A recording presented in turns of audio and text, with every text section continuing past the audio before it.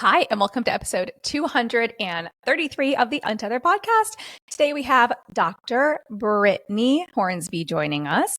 And Dr. Britnie is a creator and director of the Pelvic Docs, a pelvic floor physical therapy practice challenging the standard of care for all.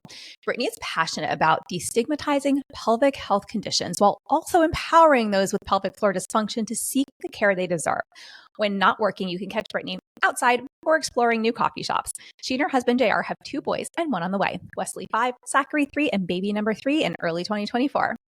Quick disclaimer. All information, content, and material of this podcast are the opinions of the speakers and is for the informational purpose only and not intended to serve as a substitute for the consultation, diagnosis, and or medical treatment of a qualified healthcare provider.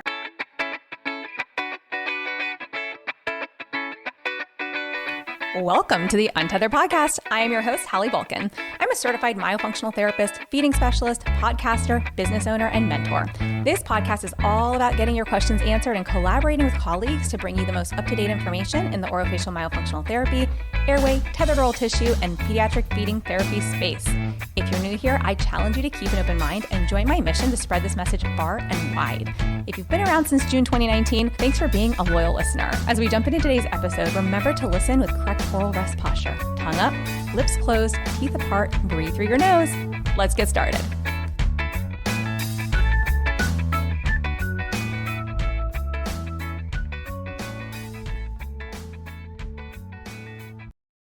Britnie, thank you so much for joining me today on the podcast. Thank you for having me. I'm so excited to be here today. I am very excited about this topic. And I know we were chatting for a few minutes before we recorded. And, it's something that I've always said to the team, we need to have more conversations around this. And it's not my area of expertise. So I'm so excited for this conversation because I just think it's a topic that every single female needs. Really, I know there's males too, but females, especially surrounding pregnancy, which leads me into my next question. I know you have a story of, how you got into this specialty of yours, as many of us do with our specialties. Are you willing to share with us, what brought you to the pelvic floor world? Yeah. So I had been in practice for about 3-4 years prior to becoming a pelvic health specialist. And I grew up as an athlete. I played collegiate soccer and have remained active my whole life. And that's something that's really important to me, is being able to move my body and enjoy it for all of the benefits that exercise brings to us. And when I got pregnant, I was already starting to have these questions why am I getting women better with their back pain, but they're still having pain with intercourse? They're still leaking with exercise, but I didn't really know the answer. And I really wasn't honestly motivated at the time to figure it out. Sadly, I know that's not the best answer, but when I got pregnant with my first, I had a lot of questions about what I could and couldn't do and what was safe and not safe and what would lead to the best outcome postpartum that would ensure that I could continue on my lifestyle. And the answers were very do what you're doing. And I'm well, that doesn't seem right. This seems like a very big change that I'm going to be going through over the next 9 months. And then, giving birth, whether I didn't know what the outcome would look like. I just figured there had to be something that could be done preventatively and prophylactically, but also if something did go wrong, there had to be a solution for it. And that's when I was you know what? All these other women have these same questions that I have, and they're having the same issues, and I need to figure out the answer. So I took my first, we call it Herman and Wallace. It's one of the institutes that provides pelvic health education. There's many out there, but that's kind of more of the well-known one. So I took my first class and I went in full-heartedly and be I'll learn something new for myself and it'll be cool and I'll be able to use it here and there for patients. And I went into the class and I was oh my God, this is where I belong and this is what I need to do. And this is where I can make an impact. So I took all the other courses that were required to kind of get into that specialty, and I started diving in, and that's how I landed here. I love it. And it's, we were also talking about how so many of my guests on the podcast these days, I feel like have come from their own type of origin story, if you will, where they were doing something else in their field, like, either related or completely unrelated to their specialty now. And then something either in their life, whether it was something medical that they experienced or having children, whether it's a mother or a father or whatever is going on, they're like, and because of that, I have now totally deep dived into this specialty. Here I am. It's basically the thing I never knew I needed. And I was having this conversation just yesterday with another guest, and he was saying sometimes these things like happen to us because it's like that catalyst in our life that is kind of directing us almost on the path that like we're destined for, and like we didn't even know it. And I think it's so, obviously not that I want anybody to struggle or be in pain or have to go through any of this with themselves or their children, but it's so fascinating to me, like how so many of us, have these massive shifts in like what we're doing. We figure out our specialty and we're like, these are my people. This is my thing. Like, this is what I know, like in my knowing, like, this is what I need to do. And I love that. I love hearing these stories, like story after story after story. Because I know it's like at the end of the day, you're like, I don't want anyone else to have to experience like what I did, or if they're going through this, I want to be that person who can help them and, not have them running around to all these different professionals telling them that's normal, that's fine, you're good, like don't worry about it, kind of the gaslighting and the dismissing and all that. Oh yeah. Yeah, I agree. It's tough. Yeah. But so let's talk about pelvic floor. Let's talk about like, for someone who's like, okay, well, great, I get like conceptually understand like what it is, where it is. Can you like dive into like pelvic floor 101 for us and tell us a little bit about like what is the pelvic floor and, what is it for? Yeah. So I always love to just start off by saying that the pelvic floor, in my opinion, is almost kind of like the foundation of our home or our house. And you don't have to fully understand anatomy to kind of get that visual. But if you think about the pelvic floor as being a foundation, the way that it's oriented is it sits against gravity. So gravity is acting on it. And there's no other muscles in our body that are in that position or orientation. So she's going to be instrumental in providing us with a lot of support and stability as we move about our day, whether we're pregnant or postpartum or we're never going to have children. She's the foundation that's holding us together. And it's comprised of muscles and tendons and ligaments. And for a long time, we really like looked at the pelvic floor as like, oh, just do your Kegels and everything will be fine. But research and expertise and more people being in this field have really shown us that it is important in a system. So it's working with your core muscles, it's working with your back muscles, your hips, and everything to provide that support and stability, but also help you be able to maintain your bladder and your bowels and engage in sexual activity without pain, but also engage in sexual activity that you enjoy. And I think that's a missing link that a lot of people don't acknowledge pelvic floor PTs can do, is if you have a lack of sensation, that is a pelvic floor issue as well. So, the functions of it, like we just kind of touched on, is in like preventing incontinence, whether that's urinary or fecal, allowing for support and stability of the pelvic organs, but the whole body as it moves, and then ultimately allowing you to engage in intercourse that is enjoyable.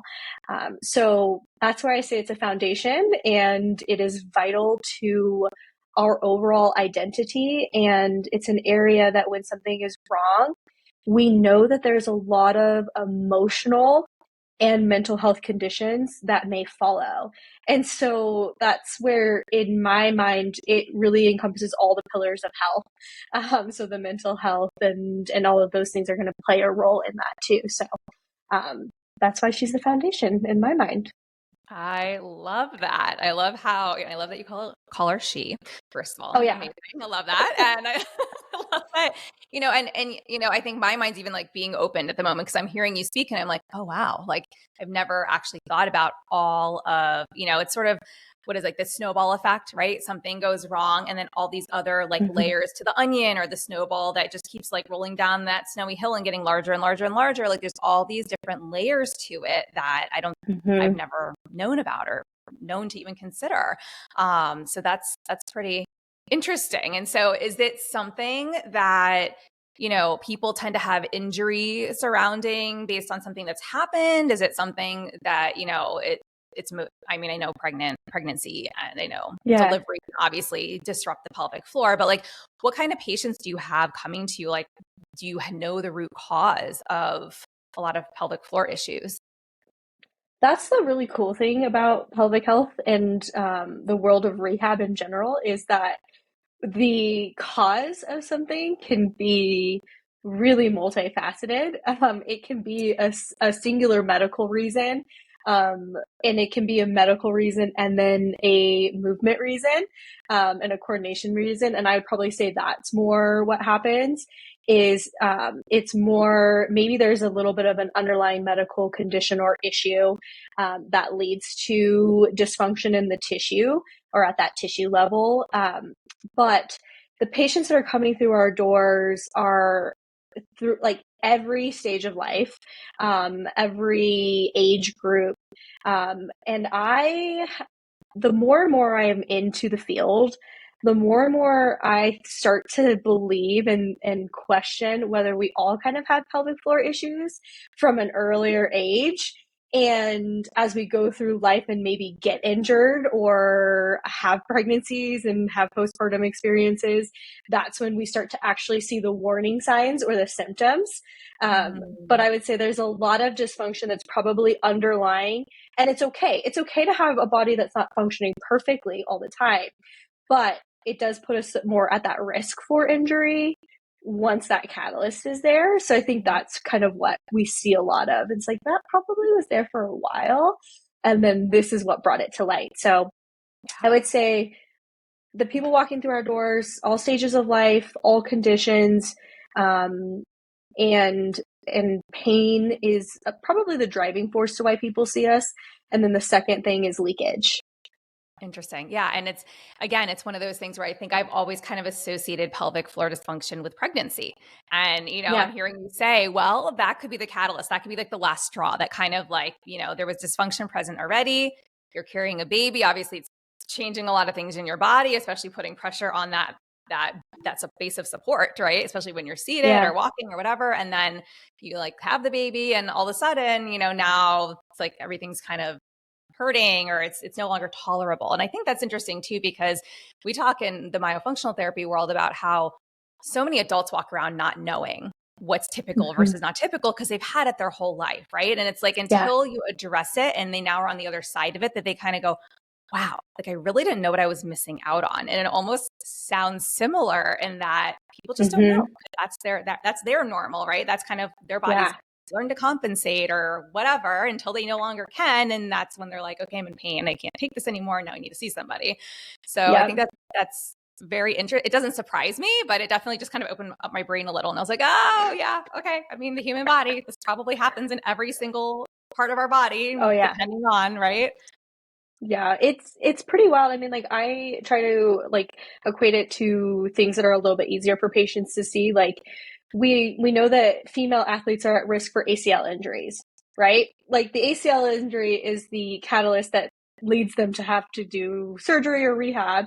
But a lot of times there's a dysfunction in their strength and stability and proprioception, and then there's hormones and things like that, and then all of a sudden that catalyst happens and their whole world changes. And that's Mm, the same with pelvic floor dysfunction. Like it's there and we're all dealing with it to a certain extent, and we're functional so it doesn't matter, and then boom.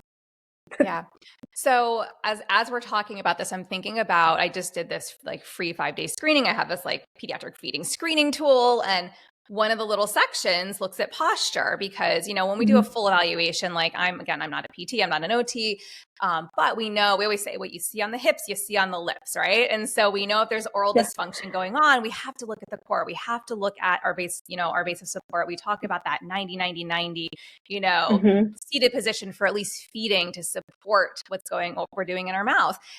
But one of the things that I like to do, it's like my favorite thing at the very end of one of the trainings during that week, I go, okay, adults, like sit in your chair. And I basically put them into like an anterior pelvic tilt and I have them take a sip of water and swallow. And then they put them into a posterior pelvic tilt and I have them take a sip of water and swallow. And then I have them sit like in a neutral position and I have them take a sip and swallow. And I'm like, what did you feel? And everyone's like, it was so much harder to swallow the water when either in anterior and or pelvic, tilt. And I was like, okay, now look at all the kids on your caseload. Like so many of these kiddos, for whatever reason, again, I'm not the OT or PT here, so I don't know if it's a strength issue. I don't know if there's a low tone issue going on. I don't know if they're hypertonic and if they're hyperfixed into a certain position. But I'm like, if that child is like, their pelvis is tilted anteriorly and you kind of see them coming forward or they're kind of slouching into their seat, I'm like, that's where we have to kind of go like, okay, there's something else going on. And we probably need to bring somebody else into this team to support these children before we expect to make progress in their mouth. And so anywho, that's where my brain went. Cause I was like, yeah, base of support. And we do talk about it a lot, but I never, even though it's called anterior and posterior pelvic tilt, I never really, that light bulb didn't go off in my brain that I'm like, oh, pelvic floor dysfunction in a child. Okay. So do you see these kids? Yeah, so I don't personally treat pediatrics, but I have PTs on staff who do. And a lot of it comes down to postural issues and tone issues and coordination issues of the trunk and core muscles. And we work a lot with feeding specialists as well because a lot of that, dietary intake and what they're able to get in and what they're eating is also going to affect ultimately their digestive system. And it's funny because when you're talking about the mouth, we treat a lot of jaw and a lot of neck stuff. And I always equate it to the glottis being a very similar orientation and looking much like the pelvic floor. And the major divider in those two systems is the diaphragm. And so a lot of things come from the diaphragm. So it sounds like our worlds like intersect in a very lovely way. I mean, no, I feel like most people are not breathing properly. So that's that, so we know that they're either not breathing well with their diaphragm, they're not using the diaphragm in the way it's intended to be used. Or if they are, there's like a lot of like hyper and hypoventilation going on. There's a lot of breathing from our clavicle and our chest and, yeah. And when we start to look at a lot of that and how it's just also interconnected and, when we go back to like the babies with the suck, swallow, breathe, we have these infants like who can't coordinate that. And everyone's so hyper focused on the suck, work on the suck training. And that's great. We need to work on that. But I'm going, how are they breathing? Are they noisy? Is their mouth open? Like, what does that look like? And I also feel like a lot of these children who continue to struggle with that are a lot of the same children that tend to have either lower tone in their body or there's something posturally that needs to be addressed. And I mean, it comes so full circle. And then these are the kids who, if not addressed, turn into older children and teens and adults. And I'm sure that's where, you said you get a lot of the like temporomandibular joint pain, dysfunction type of patients and then neck issues. I mean, again, we know it's all like so interconnected. So are you, and I don't know if there is like research on this or numbers or whatever. I mean, I know, for example, like almost, I think it's like 99.8% or 7% or something really high of people with temporomandibular dysfunction have orofacial myofunctional disorders, which makes sense. Really? Okay. Symptom of a myo disorder, but also like, I mean, your mouth is not going to be in the proper position. You're going to have a hard time getting your tongue up to the palate. You're not going to be nasal breathing, especially, and it's just so much going on that we tend to see they're not chewing properly. They have, oral phase chew, bolus prep, and, swallow initiation that is off because of the orofacial pain. I mean, it's fascinating. So now I'm going, okay, how do we dive into this, like, and connect it with the pelvic floor? Because obviously it is very connected. So, I mean, I don't know the numbers off of hand, but usually when we're talking to a patient and they're not coming to us straightly for like their jaw pain, they're coming in for pelvic floor stuff. So usually anytime a patient is coming in with like urinary urgency, painful urination, urinary frequency, and then any sort of pelvic pain or tension, I'll start asking questions about other areas, and usually we land on the jaw. Mm. and they have a history of things going on up there, or upper cervical pain, headaches, migraines, those types of things. So I don't have exact numbers, but my clinical expertise will always go there and ask those questions, because even if they don't have it at the time, they might be like, hey, I used to deal with TMJ pain in college. And then I'm like, okay, so during high stress situations, your body's probably not functioning optimally. Mm-hmm. So just Yeah. trying to, come back to those parallels. Yeah. No, and I love it too, especially when patients are like, why are you asking me about this? And I'm like, I'll get there because it's all interconnected. And so many of you have Totally. such similar symptoms or signs that are interconnected in what's going on. Yeah, it's fascinating. So I'm trying to I guess make sense of it in my head too, right? So because we obviously get a lot of patients that come to us because of jaw pain or TMJD or whatever may be going on in the mouth. And now I'm going, okay. I mean, we do refer for certain types of body work. Like I personally worked with a physical therapist who was trained through PRI, and that really helped me with certain things, but I wasn't your TMJ patient. I was going through expansion, and it was kind of like a nice byproduct of hey, while we're doing this, let's unlock the body as we go.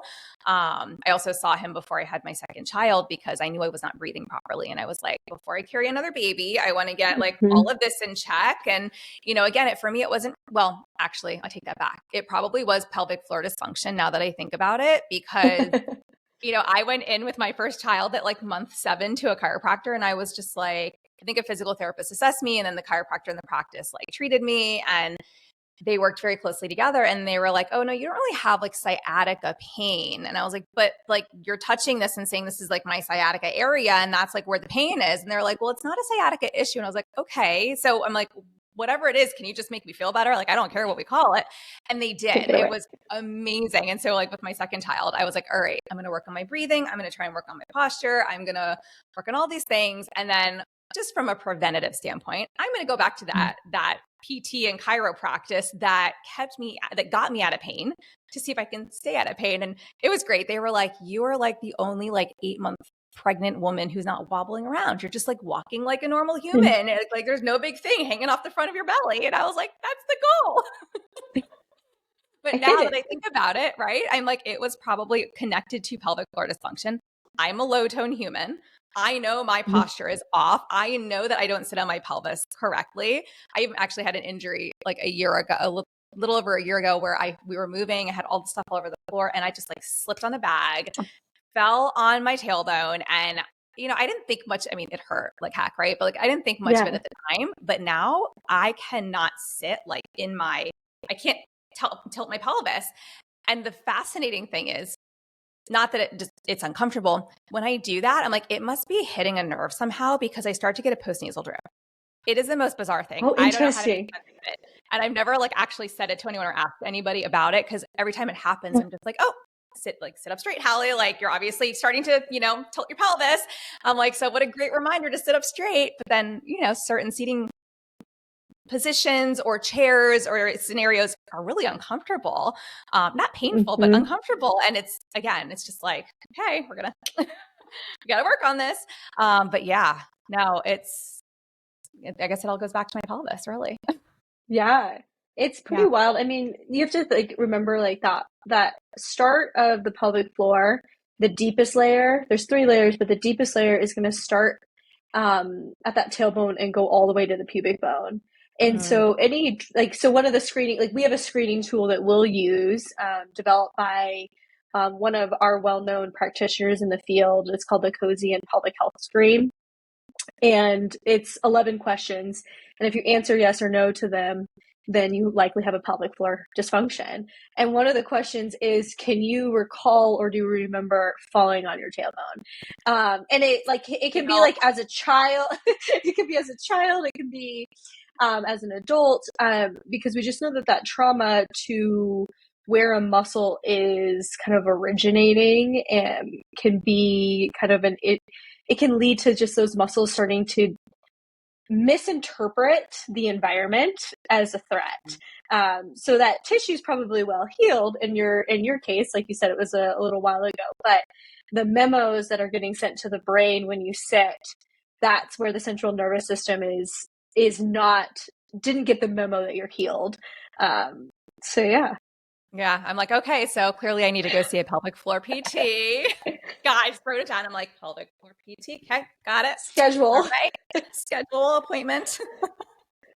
You won't regret it. I always tell people it's the best decision you'll make, even if you only go once. Yeah. Yeah. No, I love this kind of stuff because I also feel like if you can support your body in the right way, like then it just benefits you across the board in all aspects of life. And so I am very much so for like, what does my body need? Like lean into that. And, but sometimes I think in my brain, I just didn't really put two and two together that like, because I was like, oh, I fell on my tailbone and I Googled it and it kind of suggests that like, if you want to fix like a broken tailbone that may be healed incorrectly, if that's what even happened, that like you might be looking at surgery. And I'm like, I don't think I'm there. And so my brain's just like, we're good. We're fine. I can function. I'm like, okay, I'm functioning, but like, am I functional? Like, am I 100% functional? No, like clearly it impacts how I sit, which I do throughout the day. So here we are. I love it. So, no matter what, rehab professionals make the worst patients. Yes. Yeah, that's so true. That is so true. So what does it typically look like when a patient comes in, right? You assess, like, is there a typical course of treatment? Is it so highly individualized that it's like, you can't really even put a number on it or?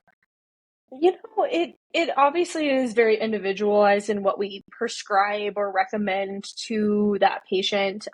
But the evaluation process will look really similar across the board. I think if you're working with a really good pelvic floor PT, they're going to spend a lot of time talking to you about what's happening physically, but they are also going to be asking questions and inquiring about the other facets of health, like your stress and your sleep and your diet. And then going in and they're really we evaluate full body. Like I was talking about the jaw, like sometimes it's us about evaluating the jaw and the neck. So looking at how are those surrounding areas or influential areas also working. We look at like feet sometimes for people, and yeah, balance and all of those things, because we know that there's correlations to leakage and other pain issues when there's not a good balance in that system. So really diving in and based off of what the patient is coming in complaining of, we're then looking at a full history, screening them through orthopedics, and then if a patient is comfortable and consents, a pelvic floor PT will offer a pelvic exam. And that looks different than like your OBGYN exam. Like we don't have like the stirrups or speculums or anything like that. But we're doing a manual muscle testing. We're looking at general tissue quality. Like we would look at your quad. Like if you came in and you're like, my quad hurts. Okay. What does that muscle feel like? Is there tone? Is there tension? Is there tightness? Is it not moving the way we would want it to? Is it strength? Is the strength impaired? Is the flexibility impaired? So we look at that, and we do that in our clinic. We do that lying down to start off with, but we always try to also focus on standing assessments, because the reality is that what we do in the life or in our real world is up against gravity.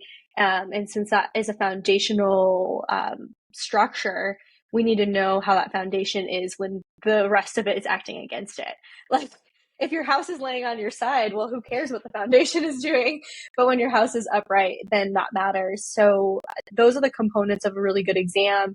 And from there, depending on what the patient is having issues with, we may coach through stress management. We may coach through sleep and diet, and then exercise prescription, manual therapy. We in Arizona are really fortunate and we can perform dry needling.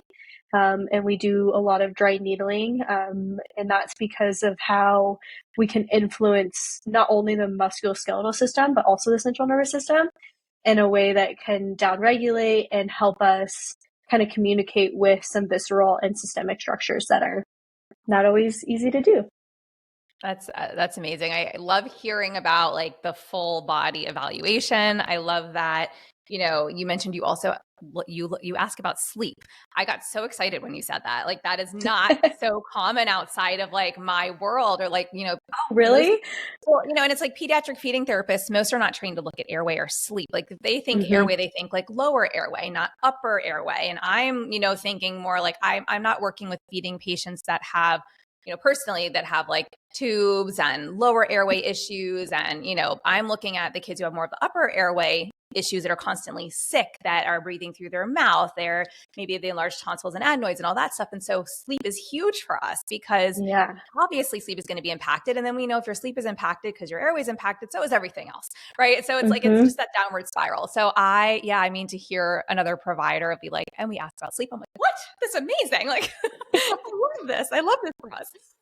So that's, I think that's fantastic. And then, you're mentioning the whole body, you said feet, and my brain went, oh yeah, there was the one time where when I was younger, they were like, oh yeah, she has a leg that's shorter than the other leg. And they like actually wanted to like do surgery.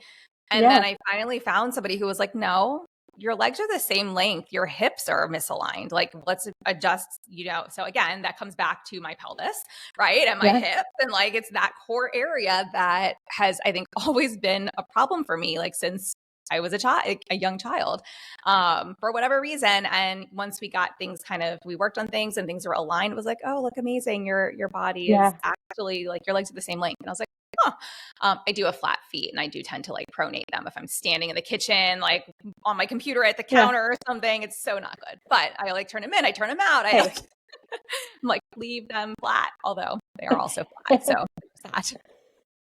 It's all good. I always say like, hey, even if things aren't perfect, you can always work on the strength and coordination of it. We're not really gonna like it have too much influence on what skeletal structure has already been developed and formed, especially after like that adolescent age. But we can influence how those things show up. So yeah. No, it's again, I feel like it's fascinating because it all seems to kind of come full circle. And, and like you said, like that, our pelvis just being such a foundational part of our entire system, I don't think most people really stop to think about that, and how, again, like you said, if the foundation of your house is falling apart, we got problems. And, like you said, also, if you're laying on your side for an assessment, you're not actually on the foundation, then you're also kind of missing a big part of the puzzle. So totally. I can appreciate that. I know like with the eval that I have had most recently with the physical therapist, we did everything from laying down, standing up against a wall, standing on my own, sitting, all different kinds of positions. And, it was very fascinating just to see the process because, I don't know, I don't remember if like the pelvic floor was even something we really even were addressing, but, I think he probably was looking at way more than I even realized when I kind of was just like, assess me and make sure I'm functioning. Okay. Like big tall order. I don't know what's going on, but I'm going to get pregnant again. So let's go. Yeah. So do you have a lot of, so you mentioned you don't work with pediatrics, but others do, where you work. So you guys have like the whole lifespan of peds and adults come in through that door. So do you have a lot of patients or even parents of patients who are just like totally new to this, confused, like needing lots of education? Is that a big thing for you all with this? Oh yeah. I mean, education is probably like we always joke that we do physical therapy really well, but we're really just coaches who are educating patients on what's happening, how it's different than the norm, and potentially why it's happening. I think the why is really important to people. And so education is huge, and getting to the why is this happening, but then also turning that around, especially when working with the pediatrics and the pregnancy and postpartum population, is they just want to know what they can do. Like they've been thrown through doctor visits after doctor visits a lot of times and just told that, hey, it's normal. Especially like the pediatrics. I know Dr. Stephanie, who works with our pediatric population, like she'll just be like, oh yeah, they've seen so many pediatricians, they've seen so many like people, and everyone's like, well, it's fine, they poop at least once a week, like they'll grow out of it. And it's like, no, like that's not ideal. And parents are like, yeah, like they're telling me it's fine, but I don't feel like it's fine. I think it's something. So I think it's finding that answer, but educating on some of the potential reasons why it's happening and giving hope. Yeah. So we spend a lot more time educating. Oh yeah. No, I mean, I would say it's very similar with like the work that I do too. It's just, I think people also need to like you said, they need to understand that why. If it doesn't make sense to them, they're probably not going to come back, right? It's like they go for all these appointments, but if you want them to come back and follow up with you and actually like do the work at home, which is actually like the real work outside of our sessions, right? I think they really need to be bought in. And I think it then falls on us, right, to kind of, like you said, like you guys like educate and you encourage your patients and you want them, it's like you're empowering them, right, to really take their own health into their own hands. But we all have to know why. And I think that a lot of providers don't provide the why. They're just like, oh, this is what I see and this is what you need to do. And here is your list of exercises. So I love that you guys definitely take more of that like holistic care approach and kind of, pulling the patient into the process, because truly without them, there is no process, right? So totally. Yeah. And we try to create educational content and things like that for our clients that go above and beyond, because I think, when you work with people in person, they hear one thing and then they can go home and they'll try and communicate it to their significant other or somebody else. And that loss in translation thing happens, which is fine. It's not their area. They shouldn't know it after a 30-minute conversation with a provider. So we provide a lot of educational resources, online modules, and resources for our patients too, so that they can it's reiterated. The verbiage is said over and over and over again so that it sticks and the importance of the why is there. Yeah, no, that's amazing. I love the resources and just, again, I think it's so nice to chat with providers who are putting the time in to, like I said, empower, right? Educate, empower, elevate patients, because I just feel like so much of the medical world has gotten so far away from that. And it's like we can heal together and we can heal ourselves if we have the right people like in our corner and we have the right tools, and if you will. So I always love, I just love these more holistic, patient-centered approaches. I love it. I think it's really very cool. And, as you were talking before too, well, first of all, going back to like voiding and, all that, it's interesting because, like one of my kiddos had this situation for a while, like it went on for months, and we went to a urologist. Nobody ever said to go to a PT. And now I'm like, I probably should have taken her to a PT, but it's just that urgency of like always having to go pee, but like you don't have any diagnosable issues going on and all of your urine tests are coming back normal and nobody can figure out why. And we're not like over drinking water, but now we're afraid to drink water because we have to pee every 7 minutes. Like, it's like, when you're a young child and then you have this fear of not being near a bathroom at school, or, that was fun for all of us. And I don't remember. I don't remember like how it shifted, because then it basically at the end I was told it was behavioral. They're like, well, now it's just behavioral. I'm like, well, sure. There's a behavioral component to every issue because you learn a certain response, like, hello, antecedent behavior. Like, right. So I'm like, yeah. So of course she's learned this. And so like, well, you have to unteach her that. And I'm thinking like, really? That's our, sure, no problem. I can unteach her this, whatever this, I'm like, but now she's got anxiety around it. And obviously it didn't just start for no reason, but not one person could figure it out. So I just was like, all right, I'm going to go a holistic route. I'm going to try this. I'm going to try that. And I don't know what did it. I don't know what changed, but now I'm thinking like, maybe we should go and evaluate. I'm like, also, was she going through expansion at that time? I have to like go back and look at the calendar, because she may have been like somewhere around where she got a new appliance put into her mouth. And I don't think my brain connected the two at all. And now we're sitting here and I'm going, I wonder if. That would be really interesting. Interesting.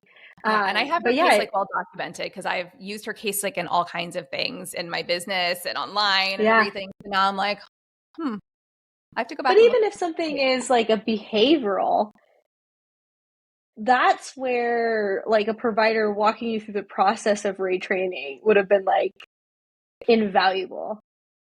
Yeah. Like, I mean, basically they were like, the urologist was like, yeah, so just set a timer. Don't let her go yeah, until the timer goes off. And I was like, oh, okay. Like, and that's it. That was the whole thing. I was yeah, like, there's not more to this. I mean, and then she was kind of anxious because she'd be like, has it been 7 minutes? Has it been 10 minutes? Has it been 15 minutes? And yeah. I'm like, dude, like, oh, this poor kid. Like, Calm down. you feel bad because you're like, I don't know what to do. And now I'm thinking like, holy moly, like I probably should have taken her to a pelvic door PT who works with pediatrics, but live and learn, right? Now I know for next Live and time. learn. Exactly. Yeah. That's the whole Yeah. point of our jobs is to Yeah. educate and empower people to see other options in the future. Yeah. Yeah. I mean, and this is also like my kiddos, both of them, but especially her with her tongue ties and just like a lot of tension that she carried as an infant, like from Oh, birth. yeah. Constipation was a big issue for Mm-hmm. her. And the day like after she got her tongue tie released, it actually improved and she no longer was Oh, carrying as interesting. much tension. We were doing other stuff surrounding that too, but like all of a sudden it drastically improved and she started being regular. And I was like, what is this? Like, what is this world? But again, that was one of the things early on that kind of tipped me off in this space to be like, Mm-hmm. okay, something greater is going on that nobody's really talking about. This is not what I learned in grad school. And, I was like, hey guys, so when you see tissue like releases, like whether it's surgical or Yeah. non-surgical or whatever, are we seeing improvements in going to the Other bathroom? Are we areas. seeing more Yeah. regular like bowel movements? Are we seeing like, what are we seeing? So yeah, I love once a week. No, that kills me. These poor kids. Like, I no, know. That's not not normal. normal. Not normal ever, ever, ever, ever. But anywho, yeah. So it's again, I just think it's really fascinating when we talk about some of these, things that have been made to be normal. Even, you see like the reels of moms after babies talking about like peeing Mm-hmm. their pants and how you can't jump anymore and how you can't do this. And basically, it's like, oh, I just like peed my pants and normalizing it, right? Yeah. I'm sure it drives you guys crazy. It makes me sad more than anything. Just because obviously like I think humor is a really good way to heal things and I tend to use laughter to help people. For But sure. I do find it sad because I think that is unfortunate because it really then helps that kind of misinformation continue. And Mhm. then people don't know that there are solutions out Yeah. there. And most of the time, incontinence is actually quite easy and really quick to manage. Because it's just usually your body, something alignment, posturally, coordination wise, is off. And when you start working on those things, you start improving. And so it's like, man, there's a solution that's so simple. You just have to go into that office and see and find it. So yeah, Yeah. it definitely makes me sad. Yeah. No, I mean, I can imagine and I'm the same way where like I totally use humor in any type Oh of yeah, situation. Like that is just so me. People are, I think to the degree where some people are like, why is she laughing about that? And I'm like, that's how I deal with, that's how I deal with things in life. Right. totally. But yeah, it's definitely one of those, like just in TV episodes with kids open Mm-hmm. mouth breathing and snoring. And then you've got sexy, models walking around with their lips parted because that's what sexy is in Mm-hmm. our society. And all these like little things that like I look at and I cringe because I'm like, oh, why are we just perpetuating this message? Yeah. Can we just close our lips? You can still be very sexy with your lips closed, right? Or like, no, storing's not super cute. Like that's not what we want to be perpetuating in this, unless we're now going to have this episode where they go for some kind of assessment or treatment. I don't know. Mm-hmm. Maybe that would be cool. But yeah, no, I think again, it's just what our society is normalized, right? Oh yeah, And for I sure. think it prevents people from finding who they need to help them, Yeah. which kind of leads me to my next question. Like, if somebody is seeking someone to help them with these types of symptoms, right? I know it's not going to be just like any physical therapist. How do they Yeah. find a physical therapist, a practice, a person who is trained in working with patients who have pelvic floor dysfunction or something like these symptoms that we've talked about? So there are some really good resources out there. Pelvicrehab.com is a database that is free for the providers to sign up for, and it's free for patients to use. And it basically has anyone who's ever taken that Herman and Wallace programs, those courses. If they've taken the courses and have that training, they will be on that website. And so you can basically go on to pelvicrehab.com, enter your zip code, and find a provider in your area. And it's great because it like opens up a map and they're like all there on the map. And then there are some like qualifications that are also listed, like, and they can have bios and things like that. So you can kind of get to know them, find their websites and things of that nature. Pelvicguru.com is another one. She's actually a Florida resident, and she runs a database. And I really like her database because it's not just pelvic health physical therapists or OTs. There are nutritionists for pelvic health. There's gynecologists. So anyone can kind of pay to be on that one based off of their specialty and their interest, but within that pelvic health world. So sometimes we can do a lot, but we also need the help of like-minded urologists and like-minded gynecologists and those providers. So to have them is really awesome and instrumental. So that's a really another really good database. And then, you know what, like online and social media has drastically changed the game. And going online and just like typing in like hashtag pelvic floor exercises or pelvic floor muscles will bring up a load of providers that are active on social media. And that's always another good way to like potentially find somebody in your area that you vibe with, and you get to know our personalities. Social media has been a catalyst in our practice that I didn't foresee. I just did it for fun and a way for myself to be uncomfortable talking about, or, you know, be comfortable talking about uncomfortable things. So that's another really good resource and place to start as well. I love that. Thank you. So if they want to find you specifically, where are you located? What's your website and Instagram? How do they find you? So our website is www.thepelvicdocs.com. And then Instagram is just the Pelvic Doc. Facebook is Pelvic Docs. And right now, all of our content is more patient driven. Like we've used it for our patients and honored them kind of buying into the process. But one of our goals over the next 12 months is to provide programs for those who might not be in the area. Because we right now are brick and mortar out of Phoenix and Arizona, and then also Prescott, Arizona. But we feel that the resources that we've come up with would help others who might not have access to pelvic health. Like I just moved to Prescott and I will be the only pelvic health provider here. And I mean, it's not a city, but it's a small town.